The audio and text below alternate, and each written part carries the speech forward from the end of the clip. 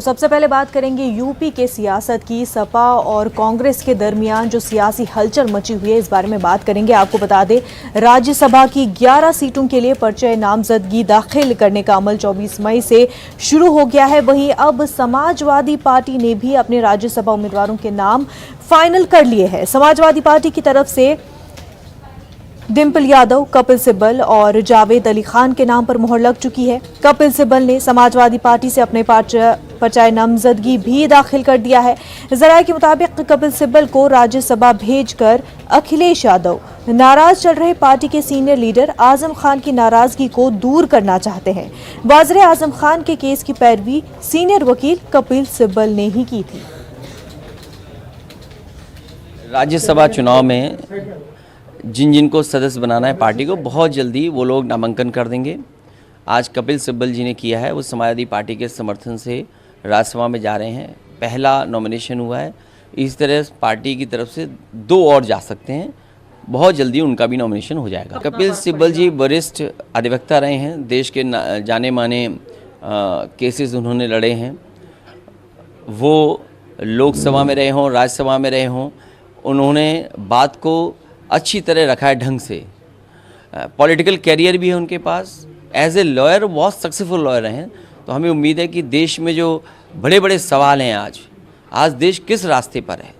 आज बेरोजगारी सबसे ज़्यादा है, महंगाई रुक नहीं रही है, कानून व्यवस्था ध्वस्त होती चली जा रही है, हमारी सीमाएं सुरक्षित नहीं हैं, चीन लगातार हमारी सीमाओं के अंदर आ रहा है। तो इन तमाम बड़े बड़े सवालों पर मुझे लगता है कपिल सिब्बल जी समाजवादी पार्टी और अपने विचारों को रख पाएंगे। को फिर ऐसा लगेगा कि किसी पार्टी से जुड़े हुए नहीं हैं। हम विपक्ष में रह के हम एक गठबंधन बनाना चाहते हैं, सभी का गठबंधन, ताकि हम मोदी सरकार का विरोध करें।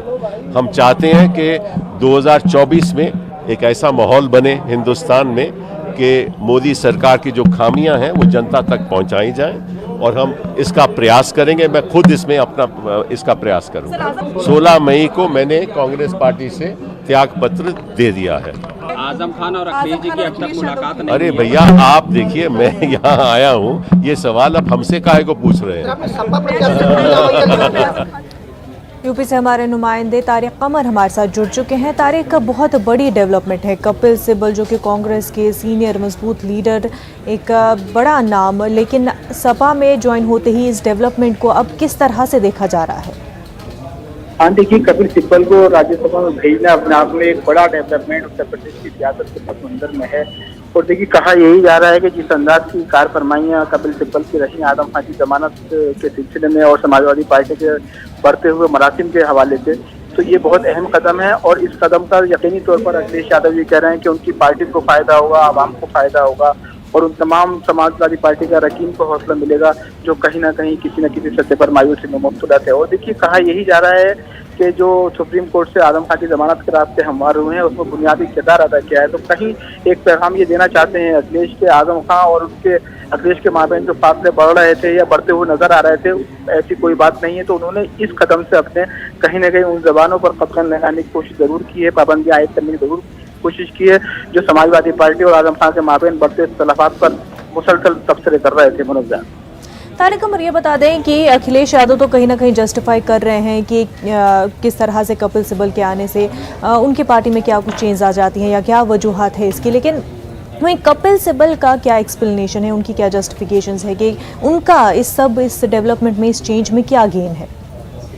जाहिर है कपिल सिब्बल एक जिम्मेदार लीडर हैं और बड़े मुहावजे पर काम करते रहे हैं। तो उनका भी मौक़िफ़ यही है कि जो कुछ मौजूदा मरकज़ी हुकूमत की कार फरमाइयाँ हैं, रियासत की हुकूमत की कार फरमाइयाँ हैं, उनके खिलाफ वो आवाज़ बुलंद करेंगे। और जाहिर है कि एक अवामी तहरीकों से बहुत वाबस्ता रहे हैं, फॉल रुकन रहे हैं। तो जाहिर है कि इस हवाले से जो पेशकश की जा रही है वो अपने आप में बहुत मानी तेज है। और अब देखना यही है कि क्या कुछ कुल खिलाता है ये मंजरनामा। और हम देखते हैं कि जैसे जैसे डेवलपमेंट होता है कुछ, तो अपने नाज़रीन तक ये खबर जरूर पहुँचाई जाएंगी। बिल्कुल तारिक कमर, वहीं इस पूरे मामले को आजम खान के साथ जोड़कर भी देखा जा रहा है, क्योंकि उनका केस जो है कपिल सिब्बल ही लड़ रहे थे। ऐसे में ये तार भी जोड़ी जा रही है। हाँ, जाहिर है कि ये तो देखिए वादे हो चुका है कि कपिल सिब्बल की एकदम कांग्रेस से मतलब रुकनीत खत्म होना, उनका इस्तीफा देना और फिर समाजवादी पार्टी के प्लेटफॉर्म से राज्यसभा की नुमाइंदगी अपने आप में इशारे हैं और जाहिर है कहीं ना कहीं इनाम की शक्ल में इसको देखा जा सकता है। और सियासी मुबस्सिरीन यही मानते हैं कि जो कुछ पेशरफ की गई है वो उसका इनाम भी है ये।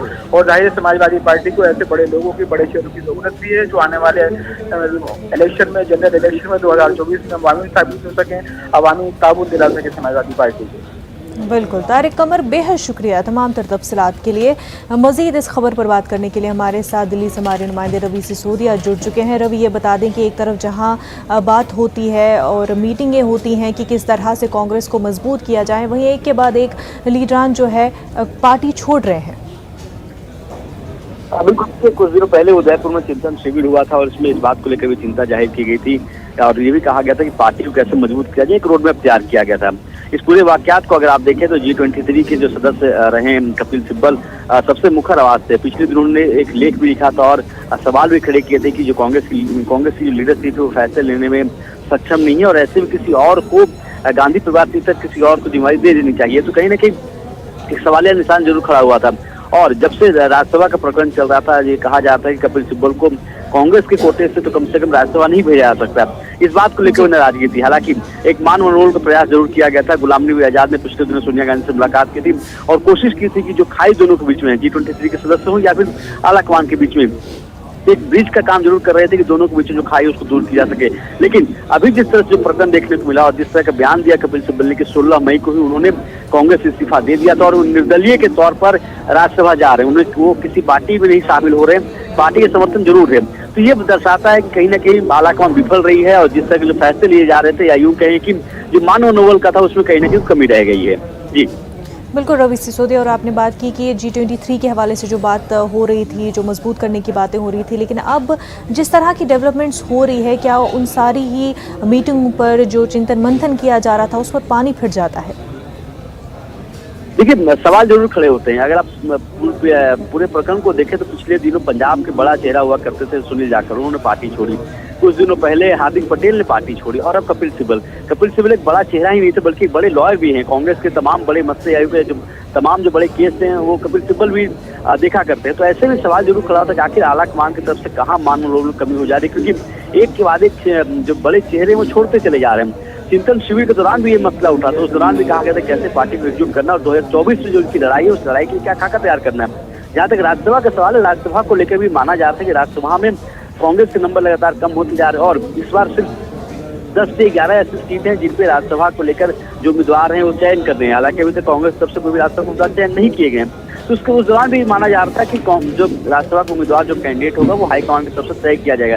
लेकिन कपिल सिब्बल ने जिस तरह से सवाल खड़े किए गए थे उससे नाराजगी थी और यही वजह है कि उदयपुर चिंतन शिविर के दौरान भी कपिल सिब्बल को बुलाया गया था बतौर सांसद, लेकिन उस दौरान भी कपिल सिब्बल चिंतन शिविर शामिल नहीं हुए थे। जी रवि, क्या कांग्रेस अभी भी डिनायल मोड में है? क्योंकि बार बार ये बात की जाती है कि कांग्रेस की लीडरशिप में बहुत खामियां हैं, बहुत प्रॉब्लम्स है। इस वजह से कपिल सिब्बल जैसा लीडर जो जब कोई परेशानी आती है, यहाँ तक कि ऑपोजिशन के लीडरान की तरफ से भी अगर कोई प्रॉब्लम खड़ी हो जाती है तो वो सामने खड़े होकर केसेस लड़ते हैं और बहुत ही मजबूती के साथ जो है अपना पक्ष पेश करते हैं। लेकिन इसके बावजूद जो है कांग्रेस की लीडरशिप की कमजोरियों की वजह से कपिल सिब्बल जैसे लीडरान जो है इस तरह का फैसला लेते हैं। बिल्कुल, देखिए, और यही सवाल भी उठाया गया था। G23 के जो सदस्य उनकी तरफ से लगातार इस तरह के सवाल उठाए जाते रहे थे कि अगर कोई नाराज होता है या किसी को अगर बातचीत करनी है तो उसको मिलने का समय दें, क्योंकि जो सबसे अहम सवाल ये था कि कांग्रेस आलाकमान किसी भी लीडर से मुलाकात नहीं कर रहा। हालांकि अभी पिछले दिनों में अगर देखें तो काफी सुधार देखने को मिला और कई लोगों से उन्हें मिलने का समय भी दिया था। लगातार कपिल सिब्बल पार्टी के अंदर की खामियों को उजागर कर रहे थे और लगातार वो कह रहे थे कि कहाँ कहाँ पार्टी फैसले लेने में अक्षम रही है, कहाँ वो फैसले नहीं ले पा रही है, किस तरह से अलायंस के साथ उनको बातचीत करनी है, अलायंस के साथ बातचीत नहीं हो पा रही है, आला कमान को और फ्लेक्सिबल होना चाहिए, लोगों से मिलने का समय दिया जाना चाहिए। तो तमाम तरह की बातें उन्होंने अपनी तरफ से रखी थी। अभी की अगर बात करें तो बड़ा झटका कांग्रेस के इतिहास से कहा जाए कि कपिल सिब्बल न सिर्फ एक बड़े राजनीतिक थे बल्कि साथ ही साथ एक बड़े लॉयर भी रहे और कांग्रेस के कई मसलों को कोर्ट पर देखते भी रहे। तो एक बड़ा झटका जरूर है। लेकिन जो सबसे अहम सवाल आपने भी बताया कि एक डिनायल मोड में कांग्रेस इस बात को अगर आप कहें तो वो मानने को तैयार नहीं है कि कोई लीडर के जाने से पार्टी में कुछ फर्क पड़ रहा है। क्योंकि अगर आप देखें तो सुनील जाखड़ बड़ा चेहरा पंजाब से जा चुके हैं, हार्दिक पटेल युवा चेहरा गुजरात से जा चुका है और कपिल सिब्बल। तो एक सवाल खड़े होता है कि आखिर कहाँ कमी रह जा रही है, क्या आलाकमान उनसे बातचीत करने में अक्षम है या फिर वो चाहती है कि जो जाना चाहता है पार्टी छोड़ के जाना चाहता है उनको जाने दिया जाए। जी बिल्कुल रवि, जो अभी तक लग रहा है कि रिवाइवल कांग्रेस का तो बहुत दूर की बात है, यहाँ पर तो जो बचा हुआ स्ट्रक्चर भी था वो भी अब खत्म हो रहा है कांग्रेस का। रवि, बेहद शुक्रिया तमाम जानकारी के लिए।